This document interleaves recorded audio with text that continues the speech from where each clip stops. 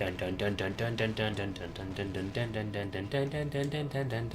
doing it again. Why am I doing it again?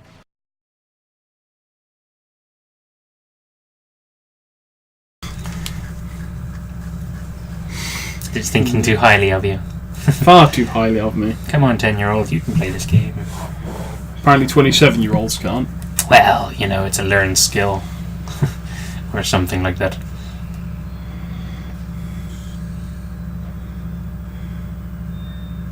Oh yeah. We're without the pissed off robot. Yes, because there's lightning. Shoot it with lightning. Shockies. So it's been a little while. It has been It's a been little a while. little while. It's been a month. It's been a month, yes. Has it been exactly a month? I don't even know what the date is No, anymore. well, it's the 7th. Oh, No, it's not. You don't know. Could be. 7th of what? Who knows? Exactly. 7th of November. Yeah. Have you been? I have been. You have been. I have been. Oh, that's good then. I have been around. What have I? It's been a bit of a. It's been a weird month, I think. I've had more of those, Actually, I think I'm once again in that point in my life where, my life is measured not by periods of time, but by my interests. Right. So at the moment, we're currently in the avid reading stage. I have read so much recently. Is it... I mean, oh crap, yes, I don't like these gentlemen. I think you've done this bit, haven't you? Check the map, because there's like three paths on there. Why did you... I don't even know... Right God, stick. thank you. What are the buttons? Yes, I have done this. Oh, Yep. fuck. It's been a while, guys. Oh, that guy's not happy. Start. Yeah, there we go. So, yeah, you've done this one. It's the awful gauntlet place. That's what you're on now. I'm so good at this. Yeah, sorry, what were you saying? What have you been reading? I'm very interested to know. You're very interested to know? I have read a fuck ton of Murakami lately, because I am super into Haruki Murakami. Oh, that's not set up yet. I can't do Now that. you gotta go on the little taxi. Crazy Taxi. It's a good game. I don't like that game. It's a very fun arcade experience. I finally actually, 7 years ago, I finally got a chance to play a proper arcade version. I went into an arcade with my ex and saw it in the corner. It's just like, I'll be back in about 3.5 minutes. Went over, it's just like, yes! Complete with the gear shifts and everything, and you're gonna get shot. Oh, wow, okay. But yeah, reading. I have read a lot of Murakami, because he is an amazing author. Well worth...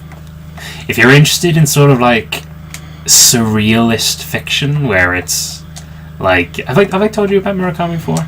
I know I've talked about him a lot with certain people, but I can't remember whether I've told you. I think it has come up. Because because John is a fan of Murakami, and another friend of mine is also super into him, and they're the two who have got me into him. And as you can probably tell by my bookshelf over to your right, if you get a few spare seconds, the shelf has grown a little bit. Oh, yeah. Well, I have 3 of those books I haven't actually read yet, because I haven't read 1Q84, books 1, 2, or 3. I'm kind of saving that one. I wouldn't waste your rockets on on those. They can be destroyed in one shot from your shoots. The shoots. But yeah, so I've been reading a lot of those, and I've also been picking up some more manga again. Do they never stop? No, they never stop. Now they know you're there, they will not stop until you or they are dead. But yeah, I've read... I'm currently halfway through my 3rd Junji Ito book. Oh, Devastator Ammo, that's good. What's Junji Ito? Is that the character, or...? No, that's the writer. He is a mangaka, manga artist and writer, who specialises in horror stories.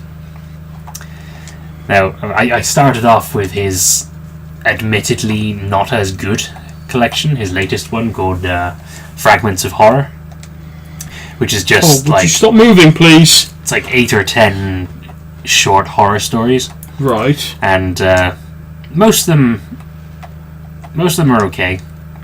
but one or two of them are really good. Like there's one about a man. Oh yeah, hold on. Sorry, I remember this part. Yeah, they just keep spouting up. Yeah, so you're going to destroy the little sauce thingies, little spawners.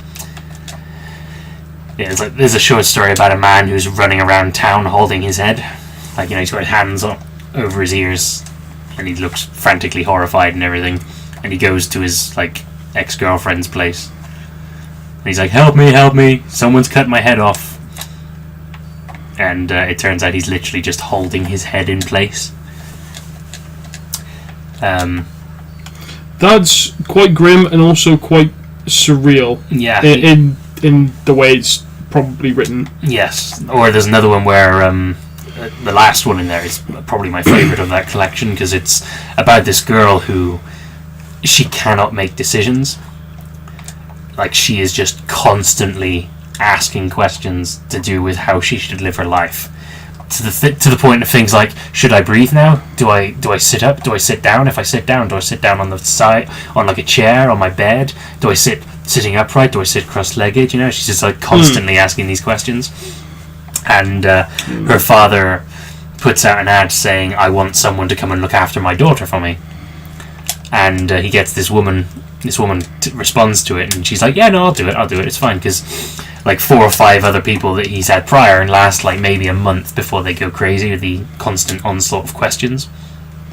Right. Okay. But this new girl sort of takes to it amazingly well. She is just excellent at just telling her what she has to do every second of every day. But while she's doing it, she's gradually withering away. She's losing the substance of her own form because she's too busy trying to make this other girl live her life. And I thought it was really good. Damn. But that was Fragments of Horror, which, as I said, is his least good. He's essentially, I suppose you would have to say, his worst collection from what I've heard. Because on this Saturday just gone, in fact, I read the entirety of Uzumaki, which is the one that I heard about that really got me into it. Right. And it's on the shelf over there right now. It's basically the story of this girl and her boyfriend who are living in a town that's being invaded by spirals. Quite literally. It all begins with the boyfriend's dad has become obsessed with spirals. He's basically just going around everywhere he can. That one's stuck, sorry. It always goes back there. I'm not entirely sure why. Bad programming, maybe, or just to try and get out of the way and annoy you with that buzzing noise. Who knows? Anyway, so they're invaded by spirals. Yeah. The father is obsessed. He's just going around all the time, just collecting anything with a spiral on it, like shells, bits of wire, springs. Anything that had kimonos with spiral patterns on them, anything with a spiral on it, he's collecting it. Right. And he's just spirals are amazing. The most miraculous shape that nature has ever provided. I'm not gonna like this. It's natural art and all that stuff. And he gets obsessed to the point where his wife throws it all away, saying, "Look, you've got to be real. Just stop being crazy for 10 minutes or whatever." And he's like, "No, fuck you. I don't need my collection. I can make spirals with my body." And he starts rotating his eyes separately. Oh, and everyone sort of freaks out. Yeah, that's understandable. And then he does it with his tongue. Makes his tongue super long and super wound up. And then he's found dead. Damn, I didn't realise that was a blowy-uppy thing. He gets himself a large barrel thing. Okay. And curls himself up into a massive spiral inside it and just crushes himself. And so they obviously burn his body because, cremation's a thing in Japan. And the smoke rises up from the chimney in a spiral formation. And they think they can see his face in it. So, oh my days! Yep, and now you're back to the beginning. Oh, for Christ's sake. Yeah. But yeah, so then, the smoke goes down into a lake, and then from then on, the entire town just starts going insane. What is it? just so many weird, like, just anytime there's a spiral involved, something weird has happened, like, a girl's hair kind of, like, comes to life and starts making spiral shapes that sort of hypnotize people, and then she gets into, like, a popularity battle with another girl who does exactly the same thing, and, like, the hair is sort of draining their life energy from them in order to do it and shit. Or, there's a slow kid, a kid who only ever comes to school on rainy days, kind of like this one, and he moves really slowly and slowly starts turning into a snail, a giant gross snail. It's quite disturbing, but yeah, it spirals from there, pun intended, and just everything goes insane, and it was really good. And then I discovered, I was talking to John about it as I was reading, going, every single one of these chapters is basically like an episode of an anime. Like, you could easily transfer it panel by panel into I think it's like 13 episode anime. And I was like, that would be really cool. I wonder if they've ever done it. And they haven't. But they have made a live action movie. Okay. So, of course, the moment I finished reading it at around about 11 o'clock at night on Saturday, I found this film and was just like, well, I guess I know what I'm doing until 1 in the morning. And I watched the movie, and...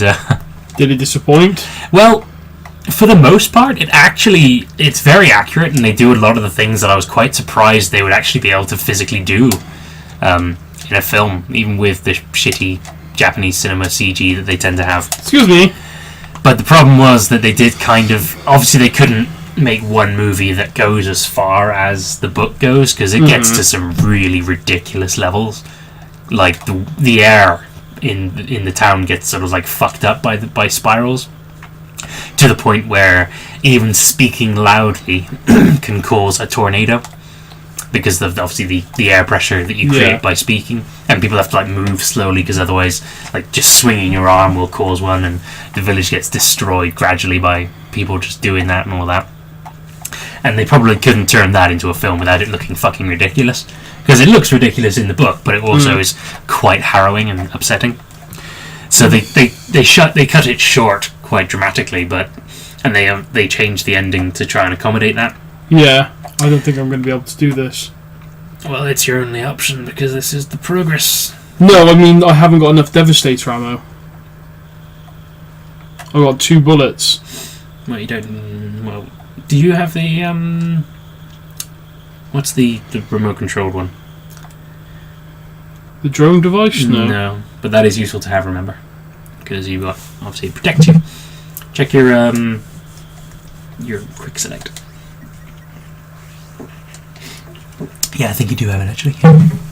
That one. Invisibomb, that's the one. Oops. What did I just get rid of? The bomb glove, which is alright, you don't really need that right now. I think you're probably about set with what you've got.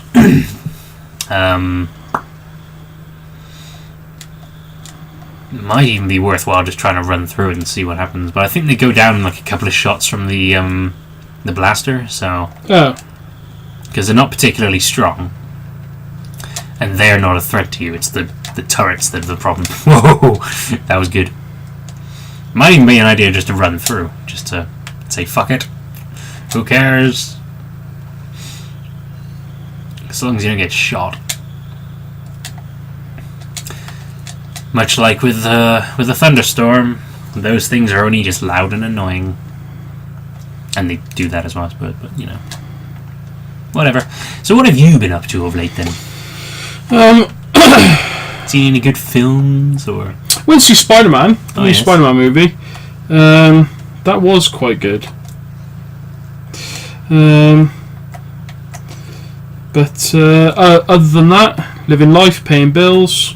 As you do when you're a grown-up adult. Oh, speaking of films, actually, I watched Split the other day. What's Split? I get the thing. Split is the new M. Night Shyamalan movie. Huh. Who, he was a director that back during like the early stages of his work, I was actually quite a bit of a fan of. Mm-hmm. Like I fucking love Unbreakable, and Sixth Sense is pretty good. And even though I know it's terrible, I do enjoy Lady in the Water. But obviously, I can't believe I got ranked that. Sorry. That's pretty impressive. But I mean, obviously, he's kind of become his own hack. He's not particularly amazing these days. But then he made Split, and that movie is phenomenal. That is probably the best M. Night Shyamalan movie there is. In my opinion, obviously. I mean, other people probably don't like it, but I know that a lot of people do. It's the one with James McAvoy. Oh, right. Where he's... Oh, isn't he... he's got several personalities or something. He's got 23 personalities. 23. Yes. And one of them kidnaps 3 girls. Of course. And the others are like, oh, shit, God. we got to sort this out. We can't let this happen. That's illegal. And then the other ones are sort of like, no, it's fine. Don't worry about it. Just pretend it's not happening. But yeah, it's really good. Well worth it. Oh, come on! If that puts me... Yeah, I told you. This is probably the worst part of the entire game. Oh, shit, I've got to note things down. I better do that. I'm too excited at the prospect of talking to you. Because, much like with our premise of, not having, spent a lot of time not seeing each other, in real life it tends to be sometimes that we don't see each other for quite a while, which might seem very unconducive to what this is. Yeah, but we make it work. That we do. Christ, it really has been a month. Sorry, but yeah.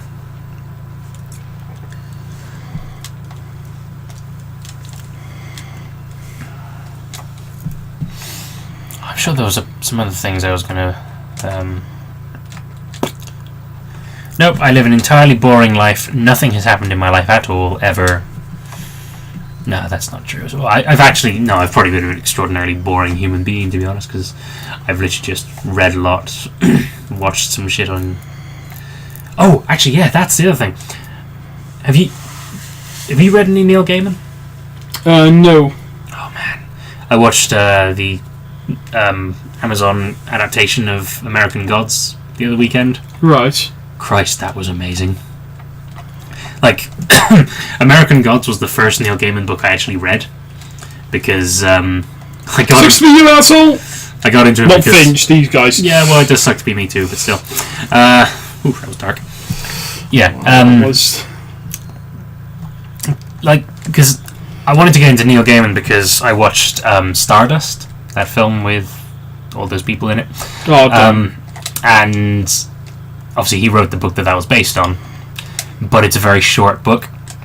And I have this weird thing where if I've never read an author before, I don't really want to just go in and spend like £8 on a short book I might not like. I'd rather spend like £9 on their longest book and discover whether or not I like them there. Mm-hmm. So of course I picked up American Gods, read that and was just like, nope, I'm a lifelong fan now, because that was amazing. And the show did it credit very well. And obviously I was talking to a friend of mine who's also... Well, that's mildly bullshit. You're trying to steal my crown. Can't steal my crown. I'm just trying to make it through this alive. Yep, that's what Gauntlet's all about. Yeah, a friend of mine who's also into him was the one who recommended it to me, and watched it in like 2 sittings and was just like, yeah, this is great, can't wait for season 2. And of course I've now started rereading that book because obviously. Yeah. Got Emily Browning in it. It was great. I like Emily Browning. Had a crush on her ever since series of unfortunate events. Oh no! You bastard! Now we're going to go back round. Yeah, you do. So that's a worthwhile use of your time, I'd say. She's great. Yeah, that's pretty much all my life has been. Well, I have got that equipped, haven't I? What? Yeah. The swing shot, that's right then. But I think they're out of sync, which happened to me once or twice. And I don't know how... Oh, yeah, because obviously it stops when you try and get on it, doesn't it? So have I now got to wait? And I think they go around... give it a go. I'll give it a go and see if I can get around this, because obviously it's a bit of a problem If the if I platforms can't move. if the platforms aren't going to line up. It's kind of hard. Oh, there we go. Wrong button. There we go. Whoa. Okay, sorry, I'm just going to get you to the platform and then. There you go. Oh god. Have fun. Don't die. Oh god, you're actually meant to go on this bit. Well, you meant to get up there, yeah. Because as you can see, there's a weapon up there. Or a gadget or something. I wouldn't. That was risky. Never try and do a dive. Oh, you Never do a dive attack when you're over a bottomless pit. That was fucking risky.